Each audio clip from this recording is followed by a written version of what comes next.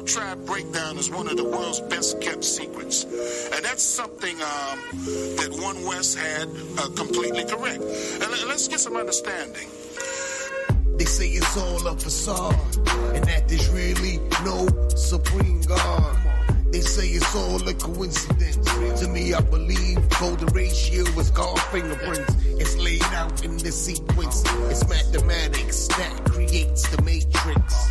It's designed by intelligence. The disobedient, those evolutionary idiots. I'm talking about the atheists.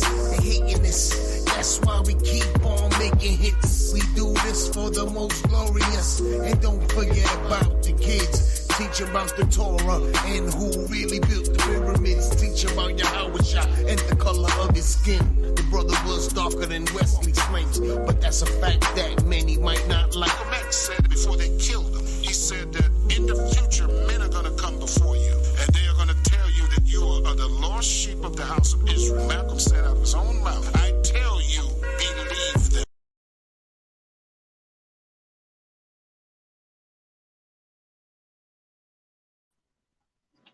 Shalom, shalom, shalom, brothers and sisters and brothers. Welcome to another impromptu edition of Maccabees TV. It is your brother, Priest Daniel, representing Lions of Israel and Maccabees TV. First and foremost, of course, as always, I want to give all praise, honor, and glory to the Most High God, Yahweh. In the name of his son, Yahweh Shai, who the world ignorantly calls Jesus Christ, our King, our Savior. I want to give all praise, honor, and glory to them. Of course, I want to say peace and blessings and love and shalom to all the brothers and sisters that watch the channel and support the channel.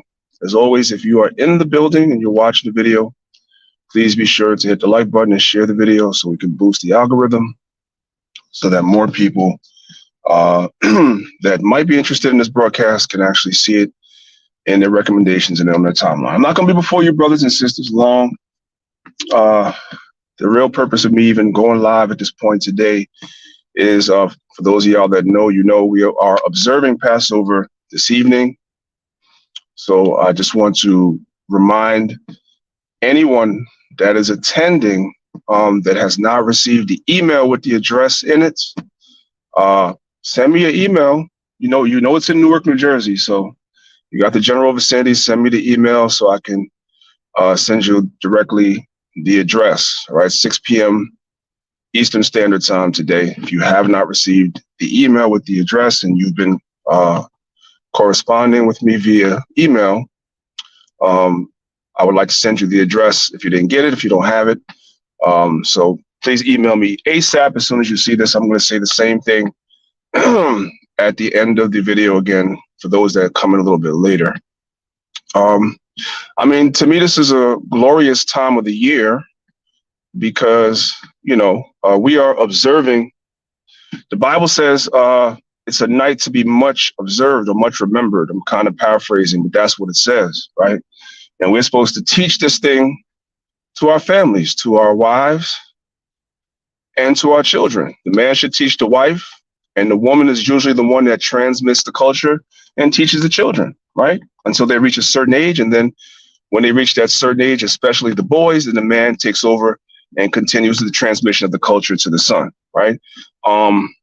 So this is a beautiful time of year to me. It's a solemn assembly, of course, because the Passover has manifold meanings. I won't get into teaching right now because we're going to teach all these things this evening. And for those of y'all that have attended your Passovers, those of y'all that affiliate or associate with camps or bodies, you guys will hear the same breakdowns at your Passover. No need for me to go into any teaching right now, but it's a time much observed, and it's a beautiful time of year to me for a couple of reasons. In addition to it being Passover, hell, it's the new year, right? We're still at the beginning of the year. The earth is coming alive again. Trees are starting to sprout. Starting to see more animals out and about. It's not necessarily, it's a beautiful thing, but where I live, it's a rough thing because them deer like to come out and stand in the middle of the road and get run over by trucks, which makes the driving a little difficult. But outside of that, it's beautiful to see the animals coming out of hibernation and the flowers blooming. And God, in the Northeast, it's not as cold as it was. Some of the folks from Cali was saying that last night that it don't get as cold as it was last night in California. And I'm like, well, last night wasn't cold. I mean, shoot, we if that's as cold as it gets in New York, we would take it. You know, I mean, it wasn't so bad. So, you know, that was a beautiful thing to see that the weather's actually changing, man. I would have felt bad for them. Last year, it was really cold. Last year was really cold, and we kept the Passover in the Poconos in Pennsylvania. That's the mountains. So it was really cold. So all praise to the Most High this year. It's not so cold. All praise to the Most High for that. And last but not least, I also want to say that, you know, shout out to everybody that observes Passover. All you brothers and sisters that's keeping the commandments, right? I support anyone that keeps God's commandments. I have no issues with anybody. It doesn't matter what congregation you affiliate with. It doesn't matter what date you have, right? Now, you know, you have a lot of people in Israel that are arguelites. They like to argue. So I'm going to leave the arguing to the arguelites, right? Someone, oh, it's the first. No, it's not the first. It's the fifth. No, it's not the fifth. It's the 20th. No, it's what? Listen, observe and keep the Most High's laws.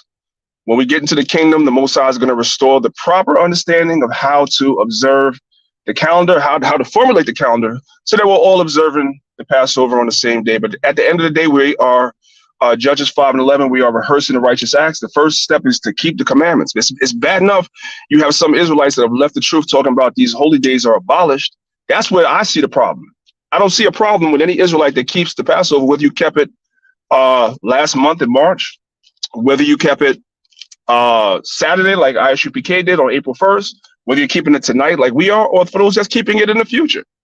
I don't have an issue with anyone that's keeping the Most High's commandments. These are small nuances. I'm not saying we can't have the conversation. If the conversation arises, we can have the conversation as to how brothers arrive at certain dates. But ultimately, it's not something that would separate me as a brother from anybody else. I love to see on my timeline. This is the one time a year on my timeline on Facebook, I could actually stay on Facebook longer than 5 minutes. Usually, I don't last on Facebook longer than 5 minutes, because as soon as I go on there, it's nothing but folly up and down my timeline. This time of year, I go on Facebook and I'm seeing brothers and sisters in their royal, beautiful, regal apparel from all the different Passovers, so forth and so on, looking glorious, looking happy, right? I'm seeing families, husbands and wives and children observing God's laws. It's a beautiful thing to see. So I enjoy it. So shout out to everyone keeping the Passover. I know over the bridge in New York City tonight, I know HOI is having their Passover as well. Shout out to them.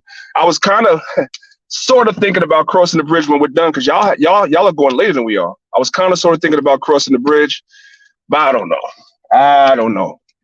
We'll see how the spirit leads. You know what I'm saying? So shout out to that. Now, if you guys are looking at the title really quickly, you guys will notice something else I have there. Does everybody or anybody know what a CBDC is? CBDC, right? And that's not cannabis. It's not weed. You think that's what it is. What is CBDC?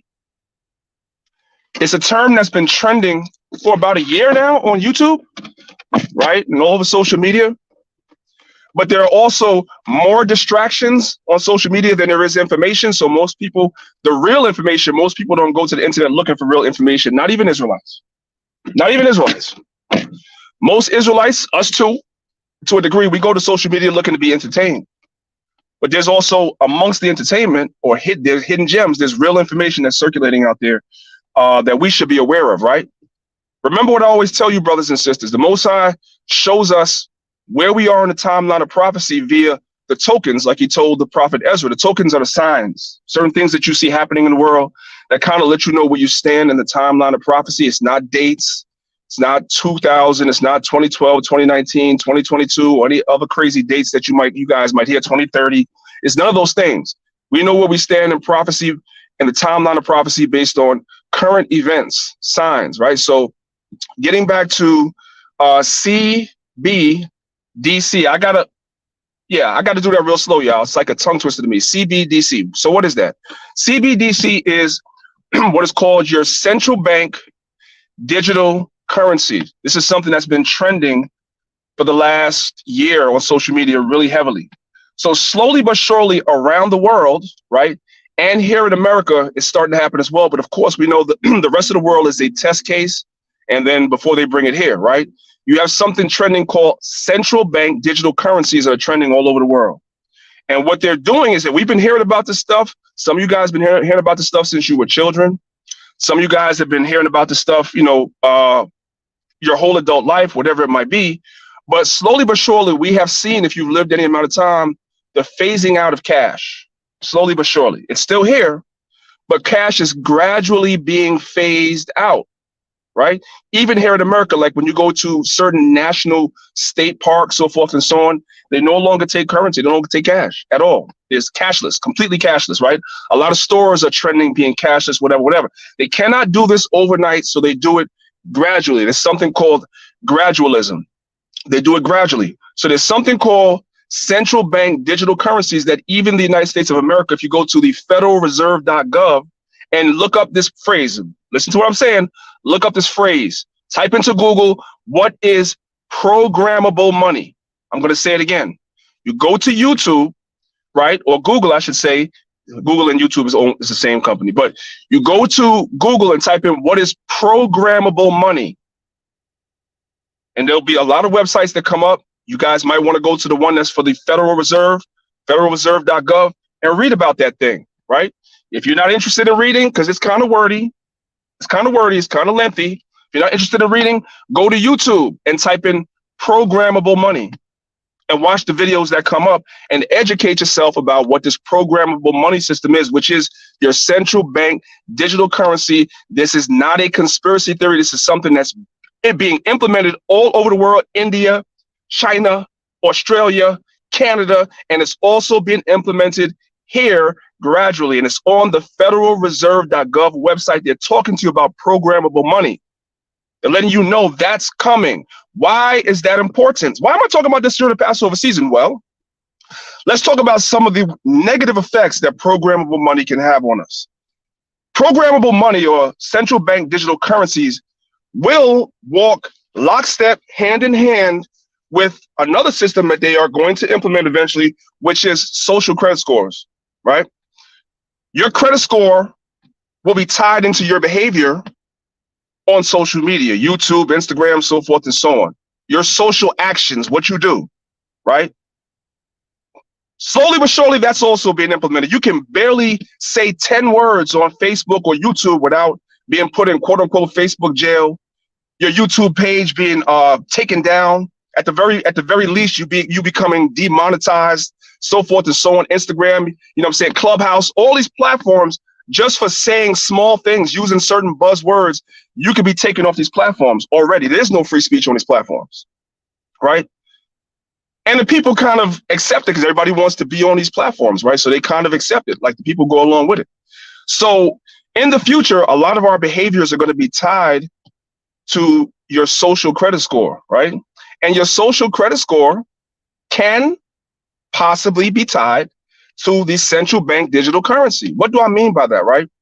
So by the government or the central bank controlling currency, what winds up happening now is that they have access to people's money.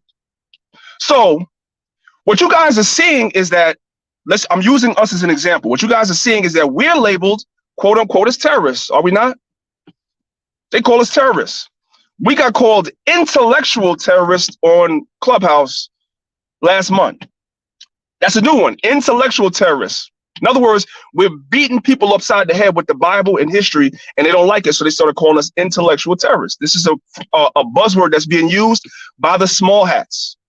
Now, if the government is able to successfully label you a terrorist, whatever type of terrorist they want to label you, if they're able to do that, there is a kill switch in the central bank digital currency that can turn your money off. Did y'all hear what I said? I'm gonna say it again. With this programmable money that they plan on implementing at some point or another, and it's already going on in the world, there's a kill switch. If you are labeled something like a terrorist or anything crazy, right? You can be demonetized, or your money can be turned off, like they turn your money off on YouTube. Those things are test studies for what they're going to do with this digital currency.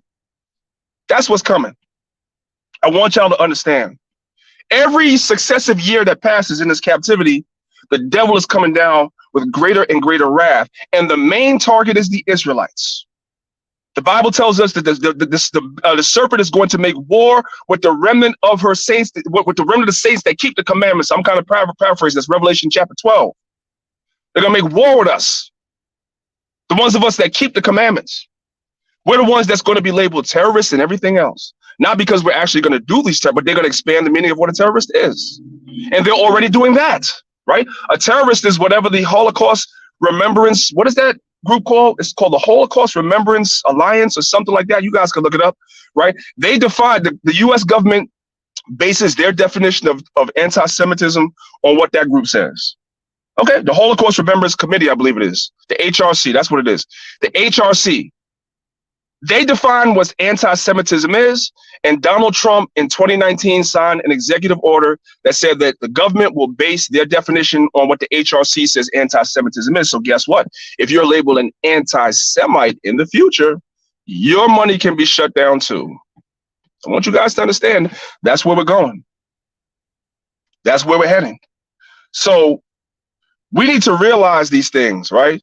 That's why the Bible tells us in the book of Zephaniah, chapter 2, verse 1, we should gather ourselves together, O nation not desire, before the decree bring forth, right? Because the Most High has decreed a great destruction for this place. But before this destruction comes, these nations are going to come down with great wrath on our people. So we have to unify.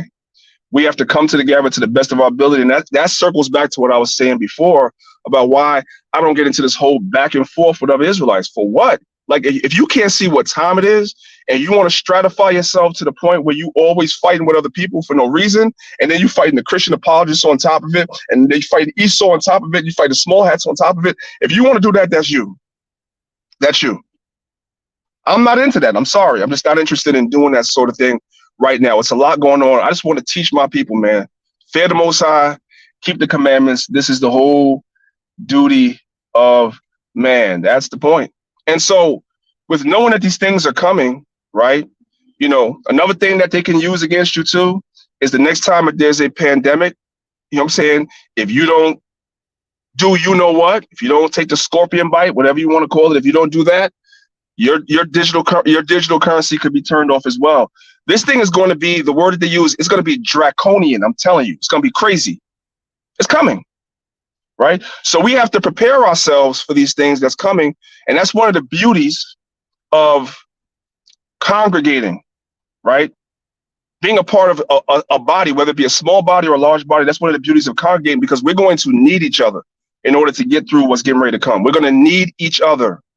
So all these petty differences that brothers and sisters may have, and just the pettiness in Israel in general amongst brothers and sisters, needs to stop. I know sometimes talking about that stuff falls on deaf ears with our people, because our people, both men and women, are too caught up in their emotions where they can't let things go. They can't forgive.